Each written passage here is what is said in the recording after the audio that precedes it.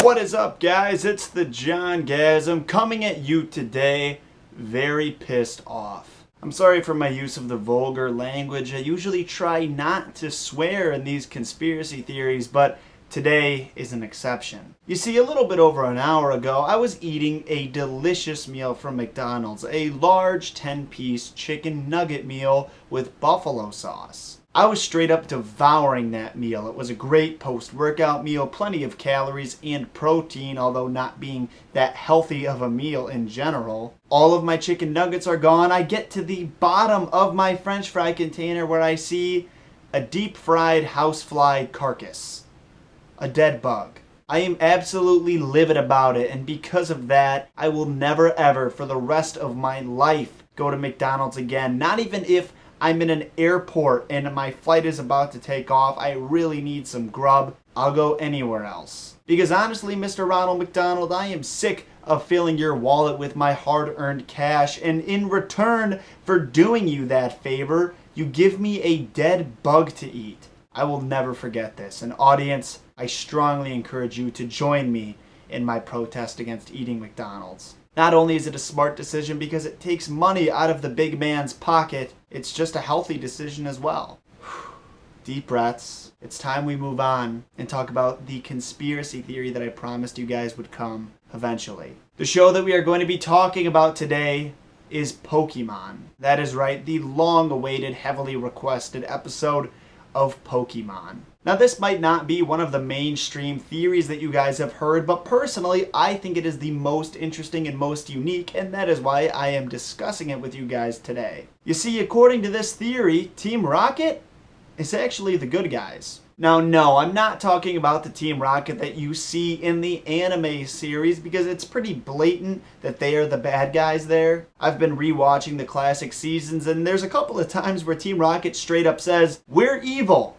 Give us your Pokemon, please." But we're not talking about the Team Rocket in the anime series. Today, we're actually going to discuss Team Rocket from the video game universe, which I believe, and correct me if I'm wrong, is a separate universe from the anime series. So obviously there is a kind of separate Team Rocket in the video game series. It is supposedly an evil crime organization founded by a man named Giovanni. So supposedly they're evil criminals, but it's not like they run around stealing other people's Pokemon like the Team Rocket in the show tries to do. Not at all. Actually, in the games, they run a reputable casino. Their boss, Giovanni, is a respected gym leader. They do, however, steal two things from the Sylph Corporation, the Sylph Scope, and the Master Ball. But why do they need these things? To capture Mewtwo, a psychic-type Pokemon that is extremely powerful and the result of a lab experiment gone wrong. Now again, correct me if I'm wrong, but I believe in the first generation of Pokemon, psychic types were resistant to ghost-type Pokemon. However, after the first generation of Pokemon, psychic types became weak to ghost types for some unknown reason. You see, the reason Giovanni needed the Sylph Scope is because the user of it is able to see ghost Pokemon and capture them. Ghost types would be the only type that were extremely powerful against Mewtwo, so that is why Giovanni needed them. They were key in defeating this powerful Pokemon. He also needed the Master Ball in case the ghost Pokemon plan didn't work. Now, if you're wondering why he didn't just use the Master Ball in the first place, the reason for that is simply, the Master Ball is actually a prototype from the Sylph Corporation, and because of that, it doesn't have a 100% success rate with catching Pokemon. Now, it does when you have it in the game. I don't think I've ever heard of it failing. I don't think it's even possible for it to fail when you have the Master Ball in the game. But if the Pokemon universe was real, there would be a chance that the ball would fail, and therefore Giovanni figured that if he had the ghost types to weaken Mewtwo at least, the ball would be effective in catching him. And the only reason Team Rocket had to steal the Sylph Scope and the Master Ball was because the Sylph Corporation was too greedy and wouldn't let him buy it off of them. Now, I realize, of course, that these two items were prototypes, and it isn't really that wrong for a company to not want to release its prototype products. But in addition to that, they simply did not believe in the cause Giovanni was fighting for. Therefore, he had his henchmen steal it. So he used these two items to capture Mewtwo and prevent some of the other teams around the Pokemon universe from capturing him and using his powers for evil. But you see, that's only one piece of the puzzle. There is actually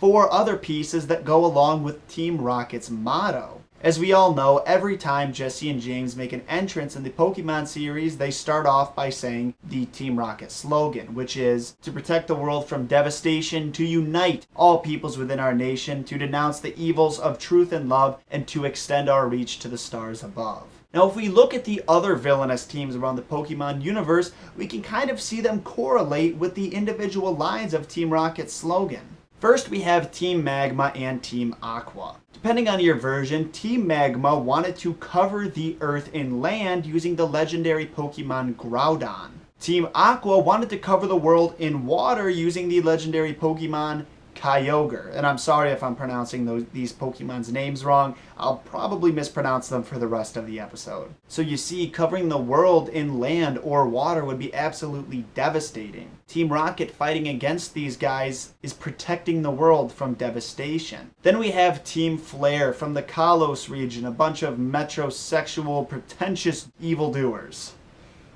I've never used those three adjectives in a row. Team Flare is just a group of elitist individuals who only care about style and looking good. You see, their leader is obsessed with appearances and beauty and is willing to harness the power of these ancient legendary Pokemon to essentially destroy civilization as we know it and preserve the beauty of the world at all costs. The guys over at Team Flare look down on people who are not as rich and stylish as they are. This correlates with Team Rocket's line, to unite all peoples within our nation. They are simply uniting these separate classes of people in our society. Now we have Team Plasma, a group of people who are kind of like PETA, who believe that using Pokemon to battle with is wrong. Now obviously they're right, but the thing is, the ends in this scenario do not justify the means. Team Plasma really has no limits and will go to extremely evil and villainous measures to release Pokemon from their leaders and back into the wild.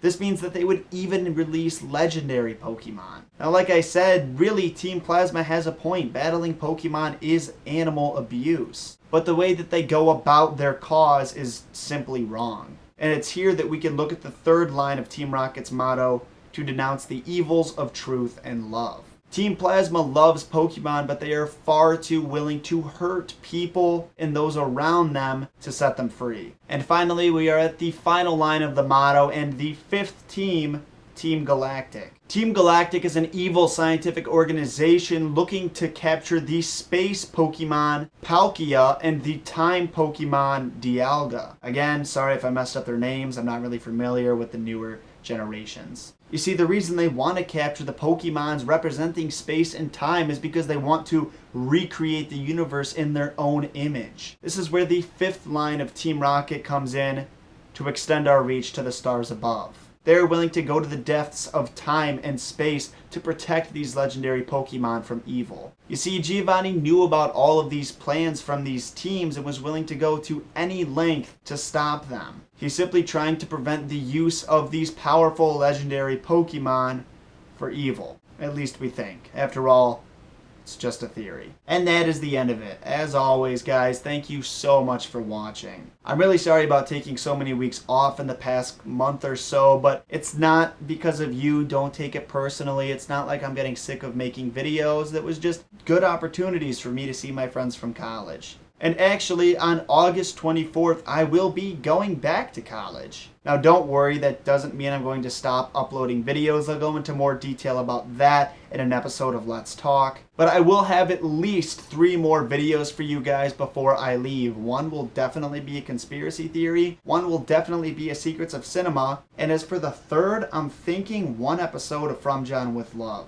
Because I'm starting to get really mad about all of those ALS ice bucket challenges that I'm seeing on Facebook, and I have a couple of words to say to the people who are doing that. But I might not even choose that subject. I may rant a little bit about Justin Bieber and challenge him to a street fight, or I might call out McDonald's again on serving insects to their loyal customers. Regardless, you guys will see my somewhat attractive face at least 3, possibly 4 times next week. And real quick before I go, I want to recommend, like always, that you guys follow me on Instagram, follow me on Twitter, or like my Facebook fan page. Those are all really great ways to stay in touch with what I'm doing in between videos. And if I go on a little vacation like I did this past week, those sites will be the place that I post it. I love every single one of you guys. For the 40th time, thank you so much for watching. Stay beautiful, stay awesome, and stay fresh.